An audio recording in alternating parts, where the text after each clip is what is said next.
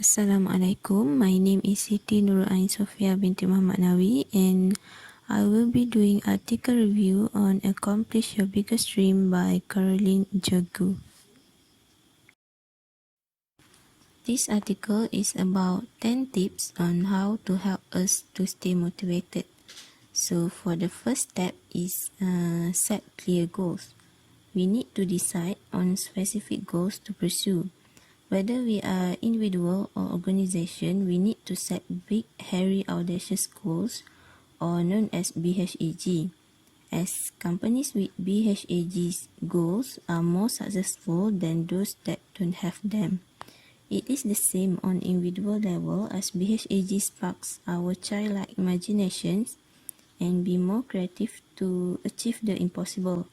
Because the goals are big enough to challenge ourselves to rise to the highest level of performance.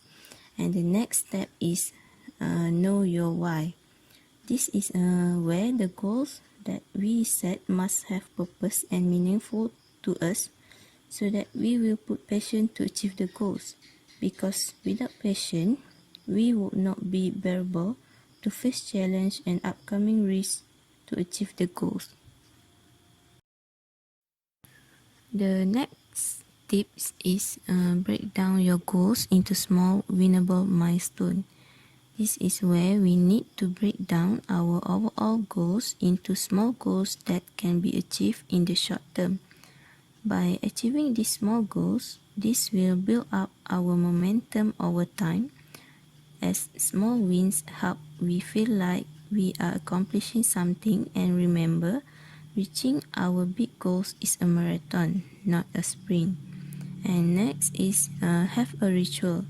Have a ritual here means that we need to have a fixed set of activities, and it will be a cue to our brain so that we are more motivated to take the right actions towards our goals on a consistent basis. The art of questioning self is we need to ask ourselves an intelligent questions and unravel a hidden motivation to get us charged up again. As Tony Rohin asserted that if you ask yourself intelligent questions, you will get intelligent answers. Next is do not focus on what you cannot control. Once we set to achieve our goals, we need to aware all kind of challenge will surface.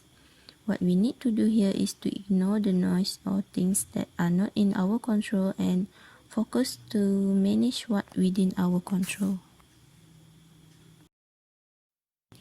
Be accountable is having accountability partner who keep us aligned with our thoughts, words and action are helpful. Next is measure our progress. We need to measure our progress so that we know exactly where we are.